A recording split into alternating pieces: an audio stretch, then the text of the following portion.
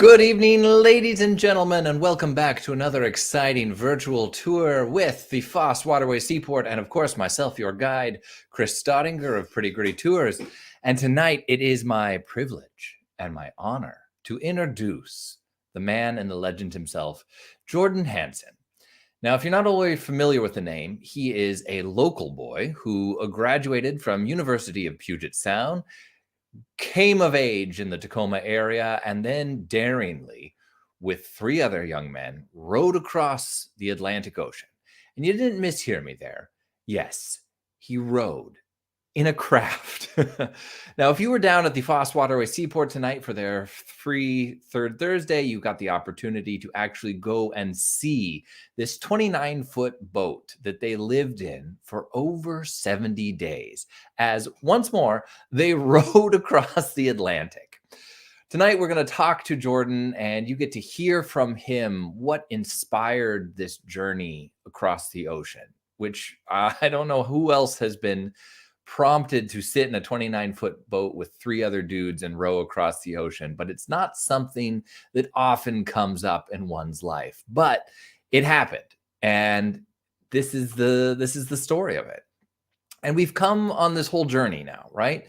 Not only has Jordan rowed this boat across the Atlantic Ocean twice, but it is now about to go on its final journey, because this month, or in June actually, it's about to go on its last voyage where it will be destroyed in a shipyard up in Port Townsend. What inspired that decision and how we got to the point we are today, I'm going to let Jordan tell you about tonight, because like the poetry of Odin, it simply flows from him. And I'm very excited for you to get to experience this dude who seems like he was carved out of Nordic mythology just for your entertainment tonight. If you have questions or comments along the way, please put them in the box. I'm doing my best to answer them for you. And I will also drop a link to Jordan's book, Rowing into the Sun, which details the full journey. And if you really want a good read, I highly recommend it. So let's check in with you guys. It's great to see you tonight. Welcome, everybody. I'm glad you guys are all here. And yeah, I'm excited to see how this goes tonight. Really, honestly, my job on this is very light. I interviewed Jordan, and he did pretty much all the heavy lifting for me. So that's really what we're going to get to experience tonight. But again, if you have questions or comments, let me know. And yes, I will be looking forward to seeing the rest of you on TikTok as well. And do go down, check out the Foss Waterway Seaport, right? So it is the last section of what was once just over a mile-long grain warehouse built in the year 1900. It is now a maritime museum in Tacoma. And my favorite part, which I hope is your favorite part too, is every third Thursday is free admission and cool programming. This month we're talking about Jordan, but the next month we've got a big expo going on. And then in June, we'll actually be doing a joint in-person tour with them on kayaks down on the Foss Waterway itself. So, Star, good to see him. All right. Without further ado, I would like to introduce you to Jordan and let him talk to you a little bit about his journey. So my name's Jordan Hanssen, and me and three friends of mine that went to the University of Puget Sound, just up the hill from the Foss Seaport Waterway. We all met through the rowing team. It was something we all got really passionate in. Post-college, I was rowing with one of them at a boathouse in Seattle. Saw a poster advertising a rowing race from New York to England, and I started asking these guys, and they kept saying yes. And after about 2 months of discussing it, we decided we were going to commit ourselves to rowing in this race from New York to England, and had about 18 months to do the fundraising, get the boat, figure it out, because the boat we were going to get was just a gray hull. It had it had 3 hatches, and no sliding seat, no oars, no rigger. It had a dagger board and a rudder, but no way to steer it. None of the electronic equipment. So we had to figure out pretty much everything from the hull up. And that was something that took, even just getting the boat took like the first 8 months of the project. And it was constantly this back and forth of trying to raise money. And in order to raise money, we had to like tell people about it and throw an event. But we had to be able to like show something so we could get some media, so we could get that fundraising. And it was like this triumvirate of this triangle we kept, trying to break into and build, just more and more support, and managed to really make it happen. Like things really started to come together about 10 months into this trip in November. And we still had about, let's see, like 6.5, 7 months to go. And this, the boat, first thing it got that was really practical on it was a paint job. Uh, and I guess that's not even that practical.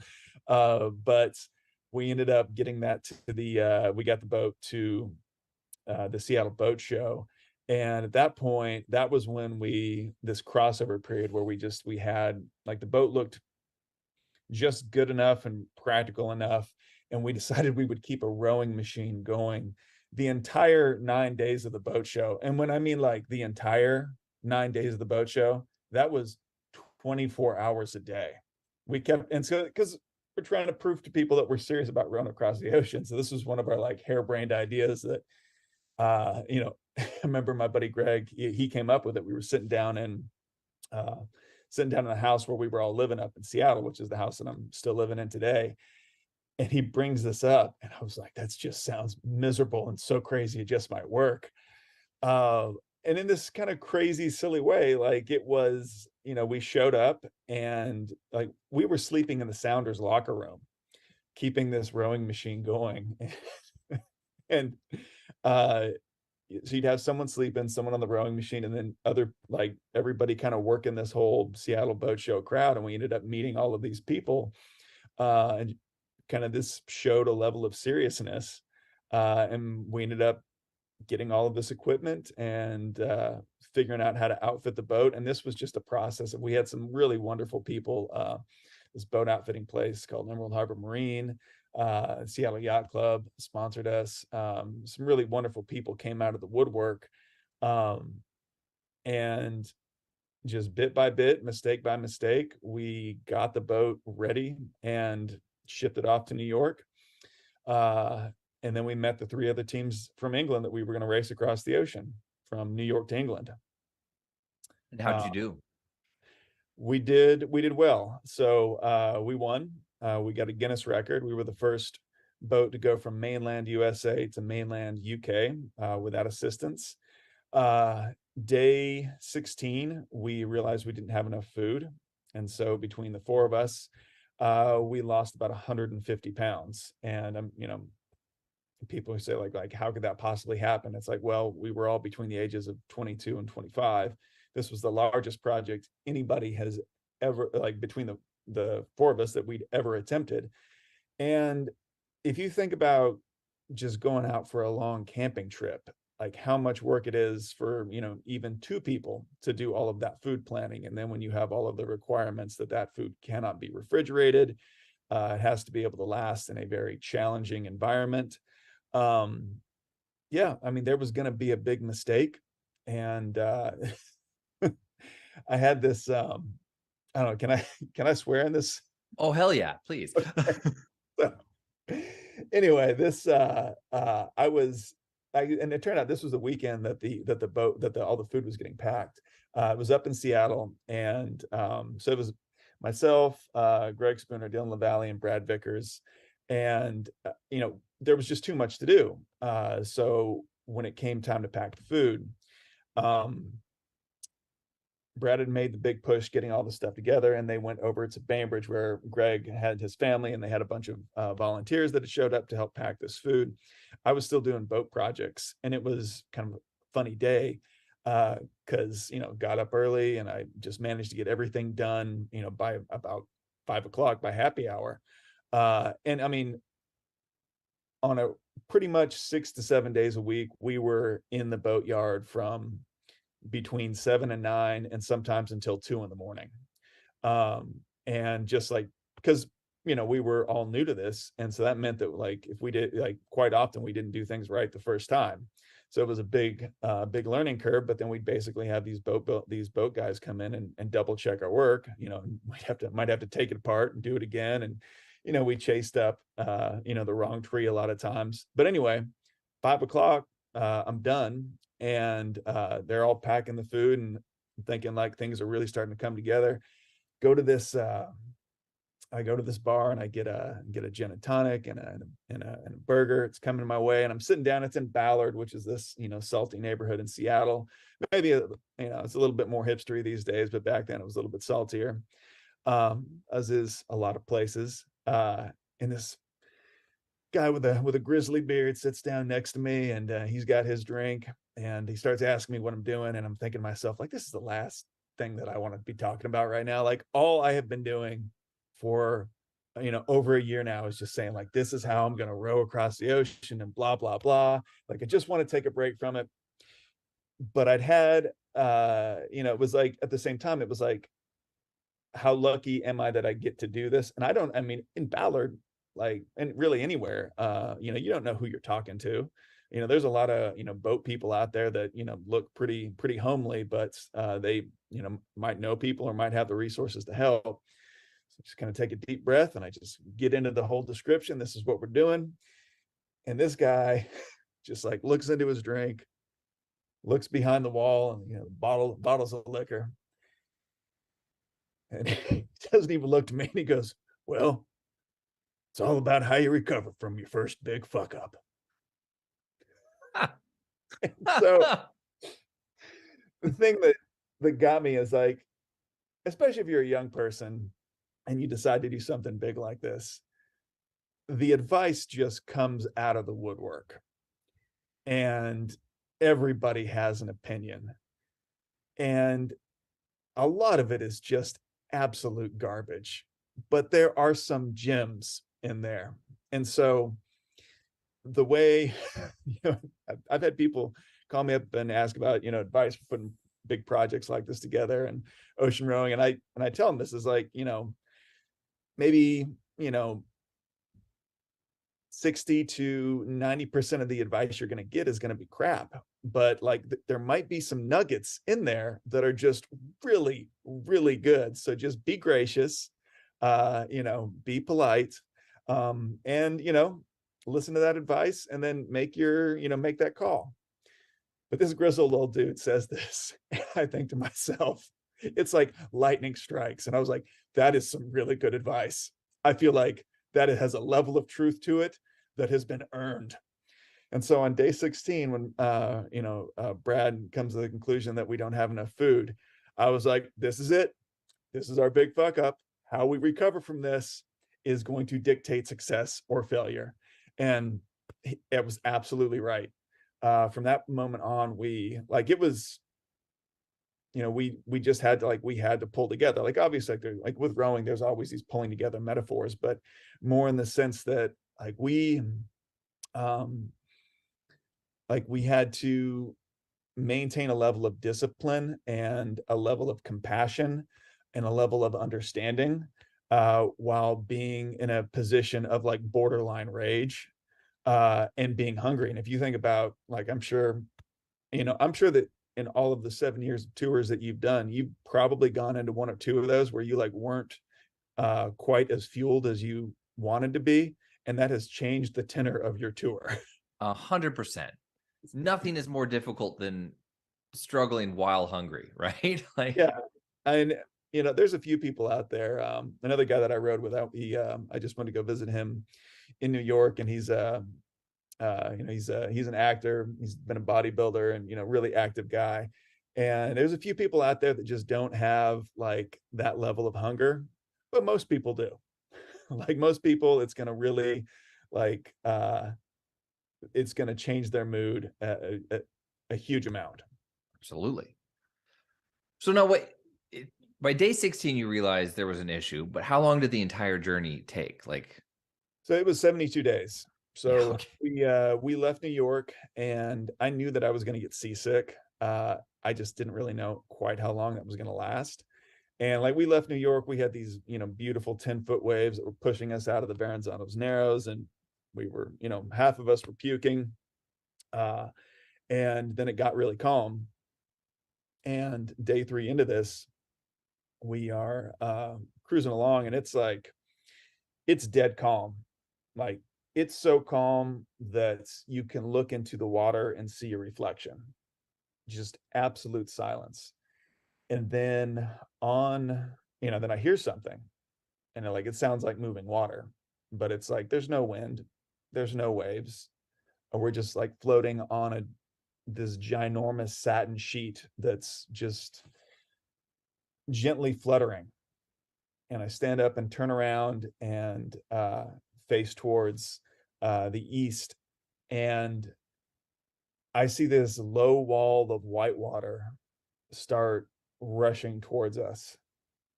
And I talk to Greg.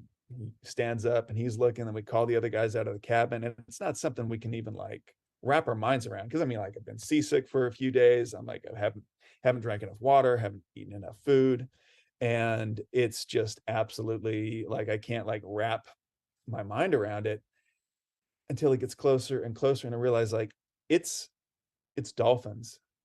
It is thousands and thousands of dolphins, and we are right in the middle of it. And it was one of the most overwhelming experiences we'd had with, the 4 of us had with wildlife, and we were just absolutely we were super emotional after that. And I was thinking well, this is going to be the most, this might be the coolest thing that we see out here on this trip. So that finishes, and at that point it's well, this trip's totally been worth it. And then we get an email, because even in 2006 we have a satellite phone and you can't escape email, and we hear that there's a storm coming our way. And so we have to, and it's going to be a big one. It's a tropical storm, and it might be a hurricane by the time it hits us. So we row along and we clear the deck, we get things ready, we make some water. And as it gets closer, the rain comes in, but not a whole lot of wind. But then the rain gets heavier and heavier. Then the wind and the waves start to pick up. And eventually I had to stop rowing. We put out the sea anchor, which is this parachute that sits in the water and holds the bow into the waves. And we were there for about 18 hours through that. So day 5 rolls around, we've seen these incredible experiences with wildlife. We've seen these, we've experienced the storm, and we're 250 miles into this. And we still have thousands of miles to go, 3,200 miles as the crow flies.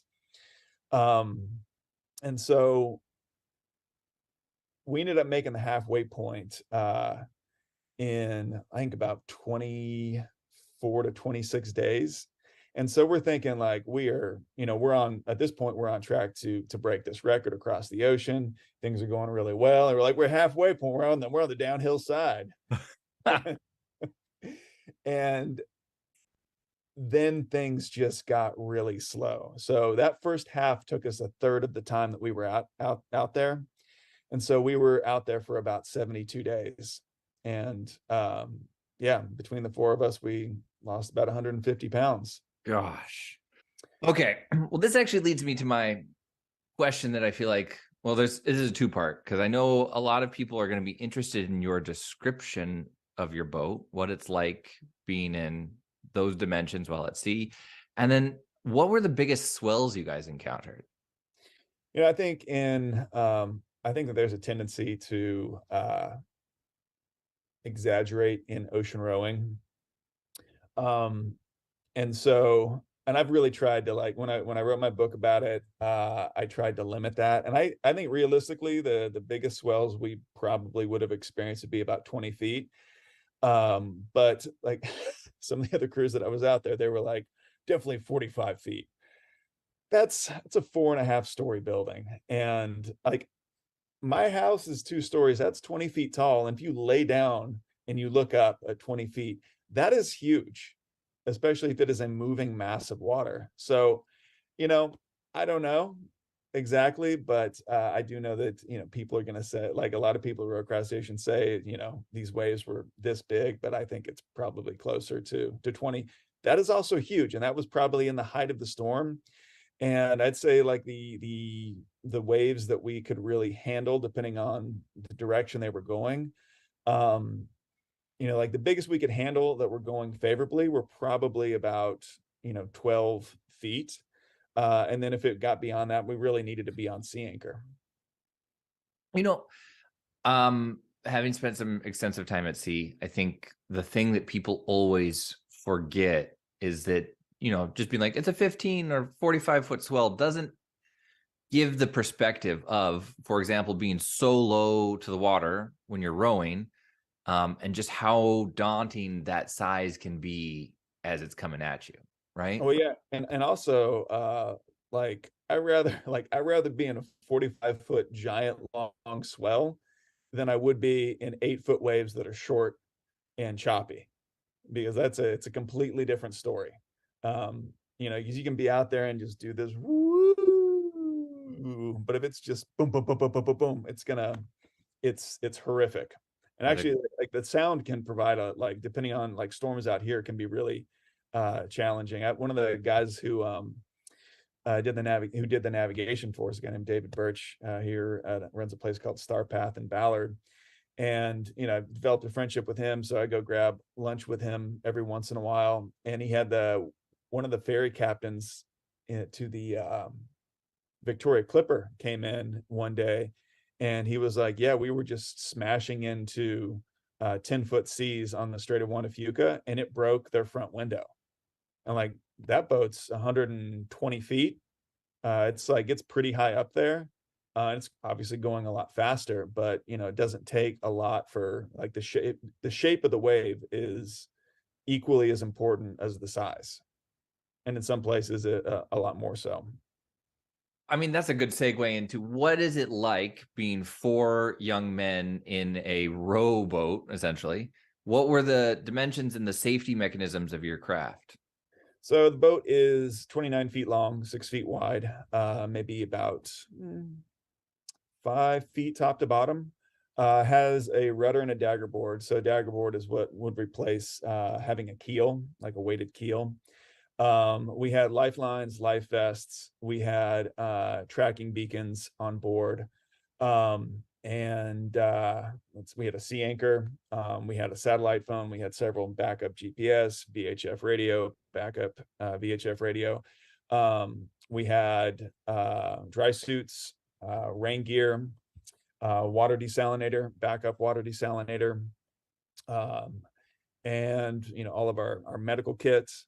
And a lot of that stuff is stuff that you don't have to use. Well, fortunately, but you should bring out there. Like, everything goes all right, you're not going to have you're not going to have an infection, but if you do, like, it's suddenly something simple can become very, very dangerous very quickly. And so, again, when I've given advice about stuff like this, it's like, it sounds kind of, almost so simple that I'm joking, but it's like, wash your ass every day. Like, that is, cleanliness is next to godliness. If you don't do that, you will, like, the ass sore that you get on day one will be the one you row into port. And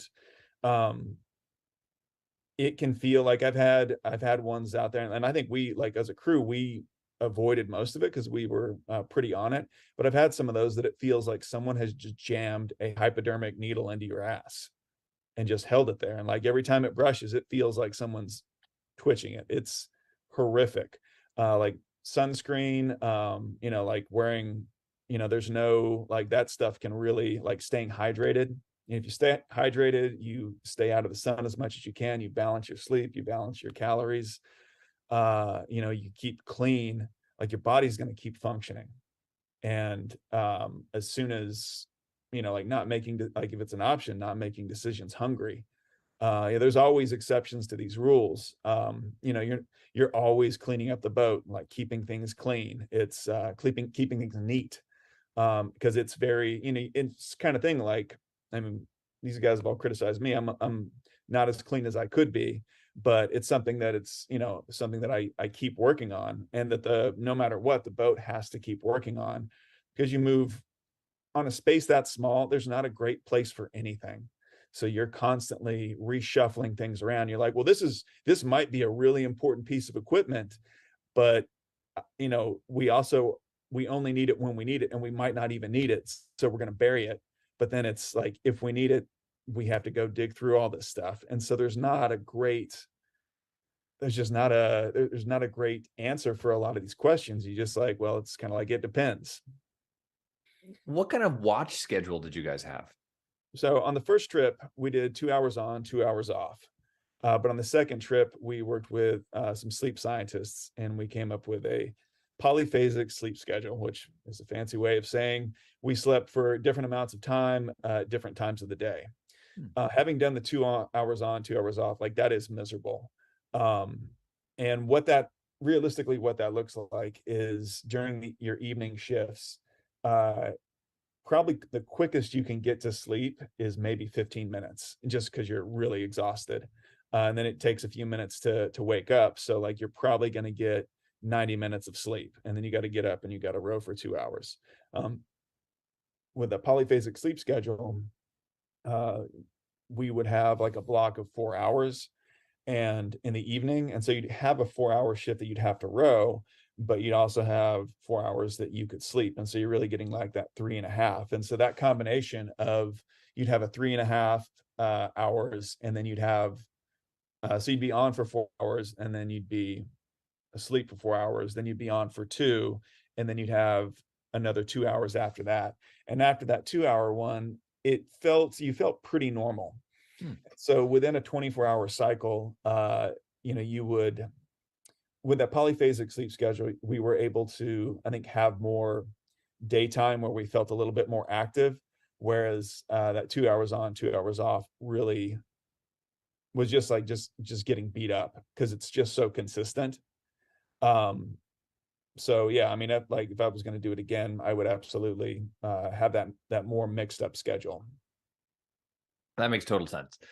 I made that mistake sleep training the first kid, you know, where it's Yeah. like, when you just get those little short bursts, you just burn yourself out so fast. Yeah, you got to figure out a way to balance it. You rowed across the Atlantic twice, correct? Yeah. Well, I mean, technically 1.75 times. Well, we're going to give it the full 2, despite the You hiccups. average it out. What is the plan for the boat that you wouldn't cross the Atlantic in? Well, I guess I'm going to precede that by just telling you a little bit about that second trip, because it's like, I feel like all of this is pretty intimately tied together. So we decided to do a second trip because, you know, and it was, I had this first crew, and then on the second one, it was me and my buddy Greg still wanted to do it. Dylan and Brad weren't as interested. Built a new team just because I ended up meeting some interesting people who were interested in it. So my buddy Adam Creek, who's he's a Canadian gold medalist, and then a guy named Pat Fleming and Marcus Pukonen. Pat I'd rowed with. Marcus was an adventurer, and Greg stayed at home as the shore manager. And so we ended up doing a race wasn't as interesting this second time around. So we decided we wanted to have some element that's, you know, not just us out there doing it. So we turned it into this education platform, and we would collect data, and we would do student outreach, and we were going to go from Senegal to Miami. So we did all those things. And about day 72, we were in this, things were going along perfectly fine. And we got in this wind and wave position where these two, you know, relatively short waves that were very steep hit us back to back right in the middle of a shift change, and the boat corkscrewed into the sea just as Pat was closing the door, and the boat capsized. We weren't able to recover it, and we ended up getting rescued. And so this was, I mean, all of that was very exciting. But what was even more exciting was when we got back to shore and our sponsor, the Canadian Wildlife Federation, decided to, because of the CEO, Wade Lundsey, decided to uh, support us in going after and finding the boat. And this ended up being the craziest 10 days of my life, because the ocean is absolutely huge. And there was no beacon on that boat because the beacons were on our bodies. And so this was like a needle in a haystack. And if this had happened after that Malaysian flight that disappeared, I'm sure that nobody would have agreed to do this. And I remember having this conversation with Wade where he was like, I was like, so here's the deal. Because people were, after we got back, we capsized on Saturday morning. We got rescued Saturday night. We made it to Puerto Rico on Sunday. We did all of this PR stuff on Monday, handled everything as well as we could. Wade shows up on Tuesday and he's just asked me, he's like, well, what about the boat? And I'd been thinking about this, and I was just very frank. I was like, if we don't look for it, we're not going to find it. But if we look for it, we're probably not going to find it either. And he looks at me and he says, like, one of the basically the scariest thing that anybody's ever, had said to me. And up until that point, he was like, go for it. And so this just ended up being some cowboy stuff. Like, I mean, a wind and a prayer, calling up, ended up finding this pilot named Raul, had a scar on his lip. He was like, amigo, we're going to find the boat. And I was like, I don't know about that. This sounds crazy. But we go up and we end up we can't take like a Cessna out there because this is, almost 300 miles north of Puerto Rico, right next to the Bermuda Triangle. And I'm just thinking, like, we got to push this until, like, we just have to show that we've tried as hard as we can. And this represents that we got this flight out there, and like, we're probably not going to see it. Well, we get down to 800 feet and we have like we have about an hour and a half in the search area, and we start just doing these zigzags. And Aaron, our photographer, starts talking to Greg, and they start arguing about whether or not they saw something. And I turn around and I was like, it's our boat, it's our aircraft for the day. We can tell them what to do. Like, if you think you saw something, like, tell Raul and get him to turn the goddamn airplane around.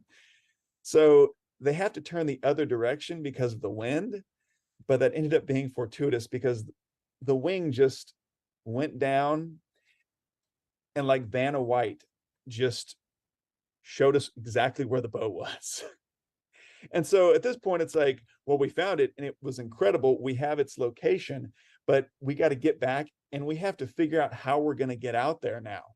Well, it turns out Pat had gone to school. His roommate from freshman year was the son of the guy that ran Foss tugs at the time.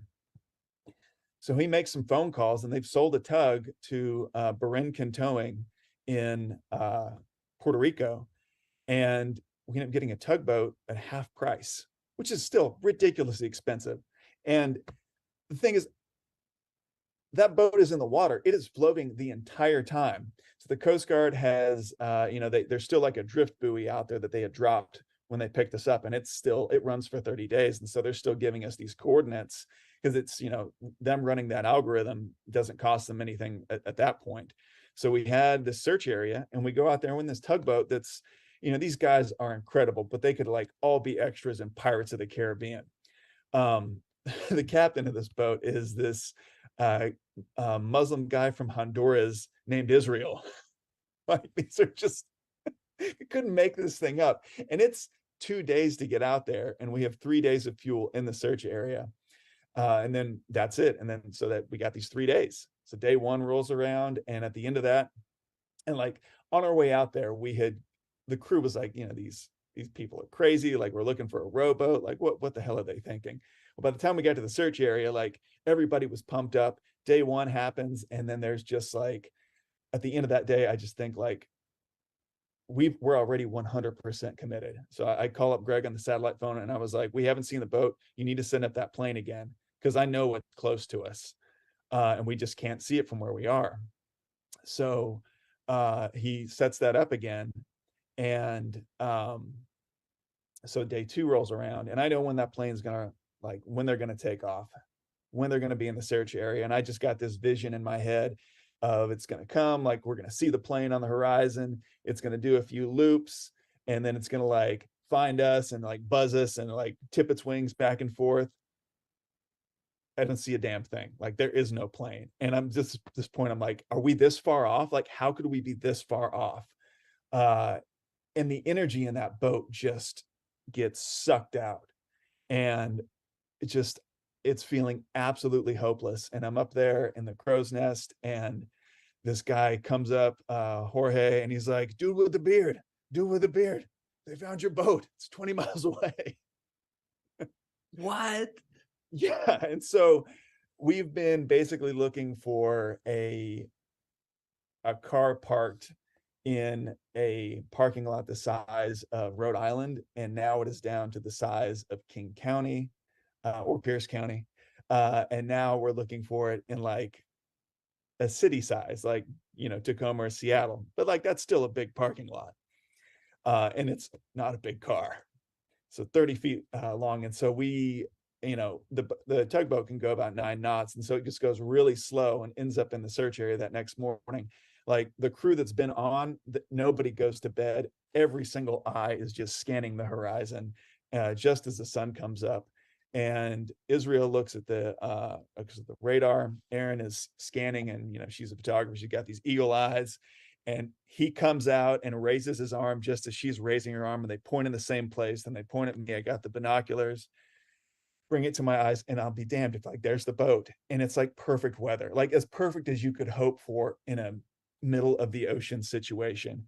And like the crew isn't gonna like they told us, like, we're not getting in the water, you guys can figure it out, you can use our tools, but like none of the crew is getting in the water. So me and Marcus are, we get in our swimsuits and and life vests, and we hop in, and what we end up doing is the boat's upside down.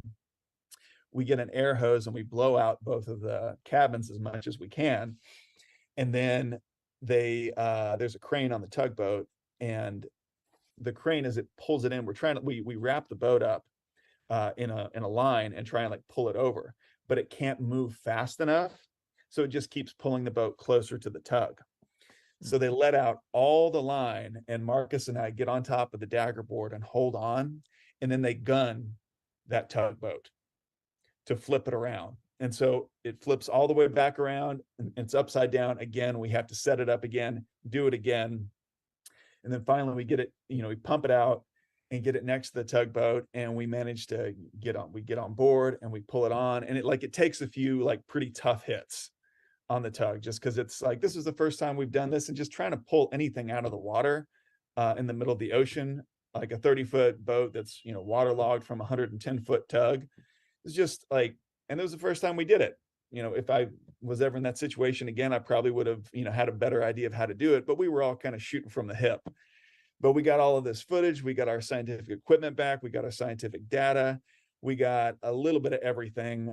Adam's wedding ring was on board, all of our passports, and we brought the boat back. Like we were out there raising awareness about the environment, and so like it didn't really seem to fit too well to like leave our garbage out there, leave our stuff. Fair.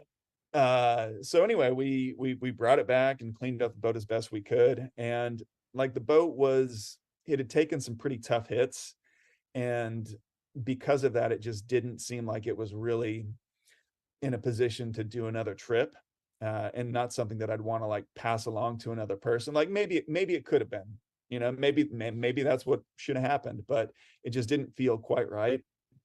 So we ended up Foss had always, the Waterway Seaport had always been really generous with just a place to keep the boat in between these trips. And Erla Harding, who worked there, she was a real sweetheart. She passed away a few years, but she was just a big champion of that boat's story. And it just seemed like it was a good place for an artifact. And that seemed like that's where what it was, like its best use at that point, its purpose. And so, years pass, and, like the Seaport continues to develop. They get, new people in there. And they're a growing organization, and the boat, and it's a big boat. And just before COVID, I was starting to re-engage, and then just COVID, stopped that. And about 2 years later, like, the boat had been kept outside, and granted, it's supposed to be outside, but not like, kind of not in that way. Like, it's like, but if boats are used, then they're going to be, um, it had reached artifact state, and so, like, an artifact is kind of sitting outside. It was getting beat up, and there was, a few times some homeless folks had slept in it, and uh, it just, they didn't really have a place for it, and really didn't have a purpose. Uh, and the boat's fiberglass, like, it's just like, it needed to, like, we needed to bring it to an end.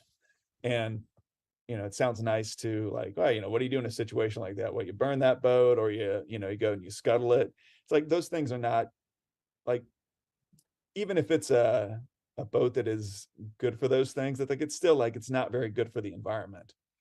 Fiberglass does not make for a good reef. And it's also illegal to go sinking your boats in the Sound. Like, don't ever do that. Solid uh, advice. yeah, and a fiberglass fire is horrific. Like, it has a black smoke all its own that you can identify from miles. I mean, it is incredibly toxic. Um, and so those aren't options. So we're trying to figure out, like, she's got no purpose, and, like, and things, boats are funny because we give them, humans give them souls. And maybe they do, maybe they don't. It kind of depends on if you're just kind of what kind of sentimental person you are. And they are one of these objects that seems to draw that kind of energy.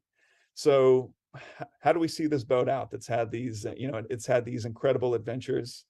And there's another, these great human powered adventures, the 7048, the race to Alaska.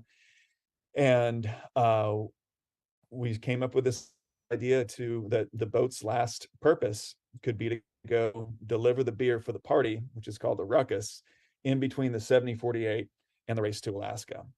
And so this is her last hurrah.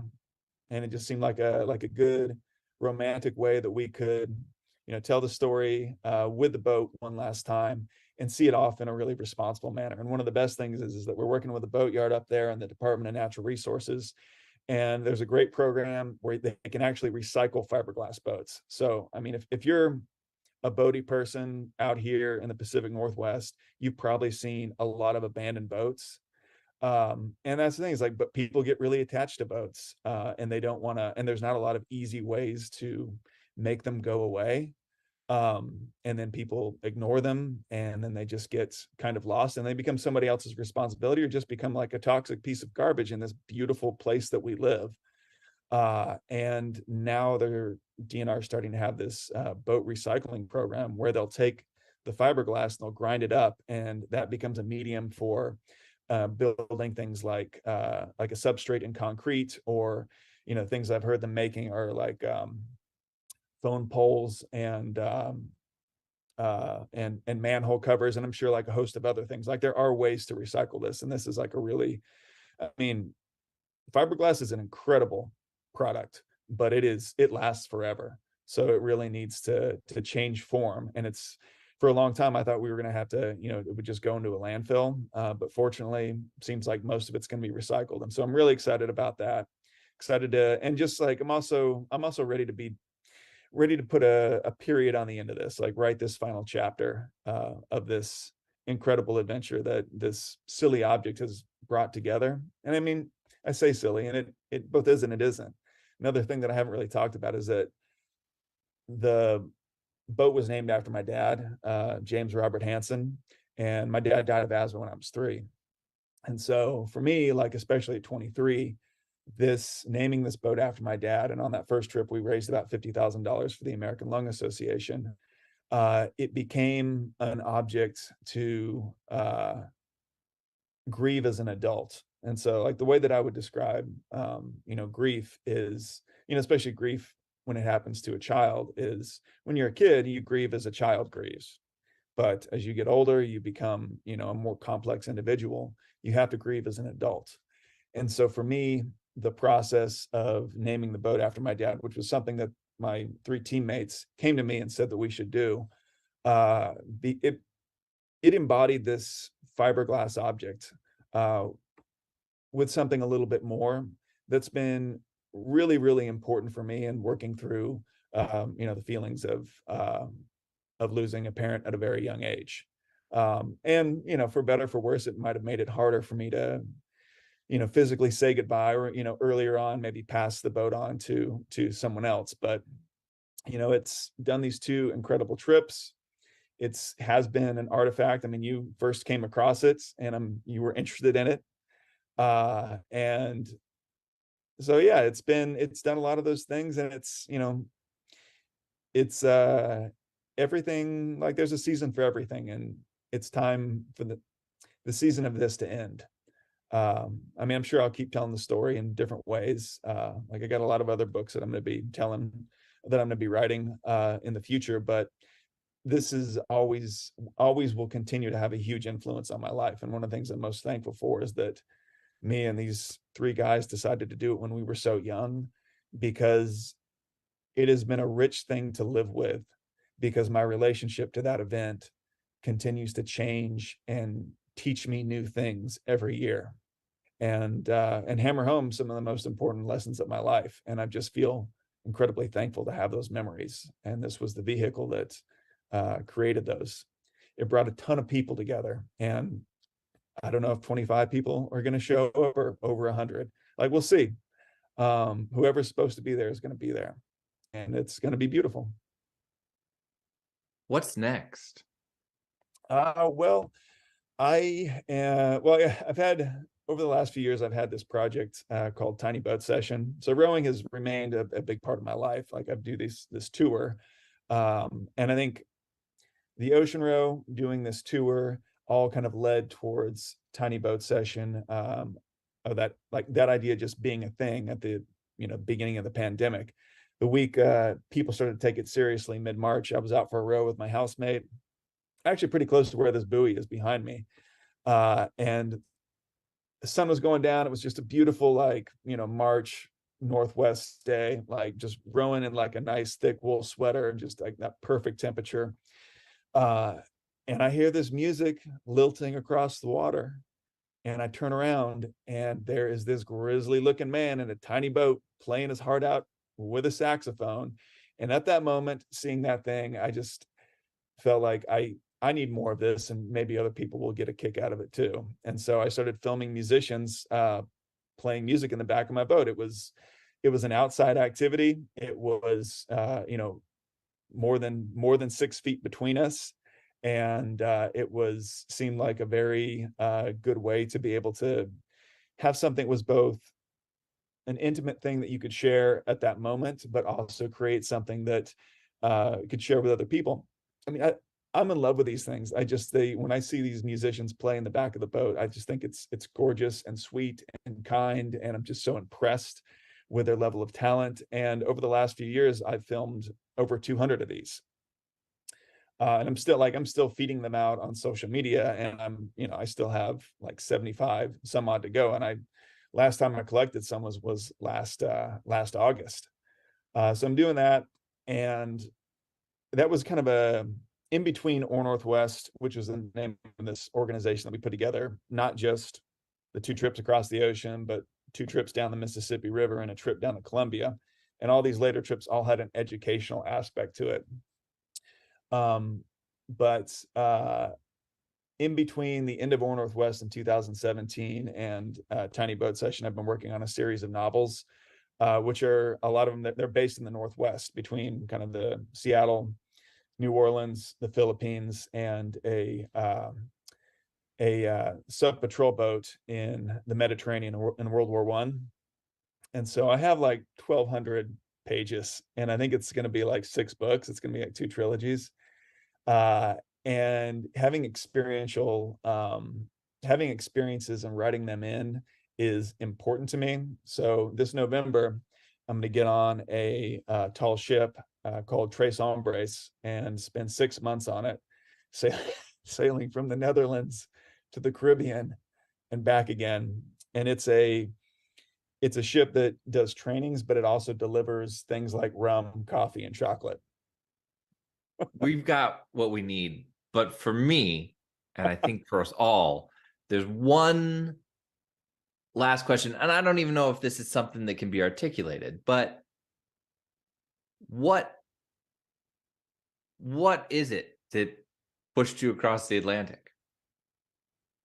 I mean, I think that out of all the things that you need, I think curiosity. I mean, because there's all these things like you need grit, you need your strength, or whatever. And like you need teamwork, and all those things are really important. But like those are the things that I think people expect to hear.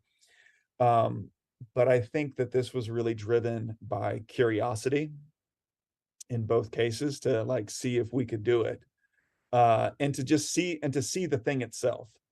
To if you think about in your day-to-day environment, the places that you drive or the places that you bike ride, and then when you go walk those things, and how much more you see.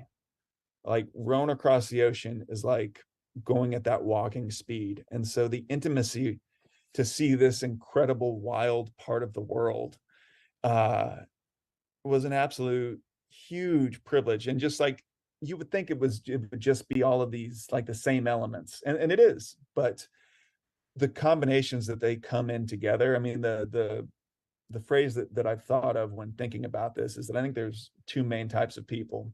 It's the type of person that will go to sea and they won't see anything, and there's the type of person that will go to sea and they'll see everything.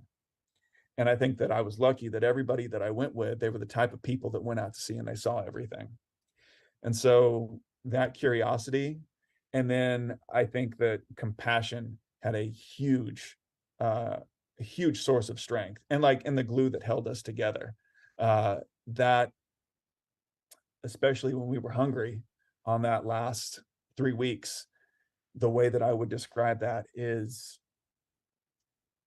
it was like we were all on a balance beam, and one person was always falling off, and everybody in the capacity that they were able to at the time reached for that person, pulled them back, and then someone else would fall, and everybody would reach and they would pull them back. And that is what the last 3 weeks of that trip were. And that has taught me so much about the possibility of how humans can be.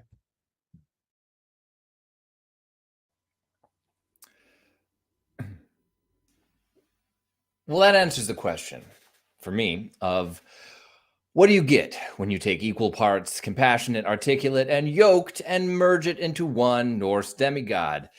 That's Jordan Hanssen, ladies and gentlemen, and I hope that you've enjoyed tonight's opportunity to get to hear from him, not just about his original journey, but about what the future holds. Now, there's multiple options for you at this point. You can go and embark on the 7048, which you haven't experienced yet, is a 70-mile race that has to be completed within 48 hours on a human-powered watercraft from Tacoma to Port Townsend. There, you will get to see the final journey of Jordan's craft, or you can just read about it in Rowing into the Sun, which is available in all of the links that I've put down below, as well as jordanhanssen.com. And there's a lot of opportunities for you to follow along on his journey. Not only does he do these small boat sessions, but if you are interested in going on a row with him, he will actually row you around the waterfront of Seattle. You can book that online as well for your own personal journey, if you just want to sweat in the shadow of greatness for a moment.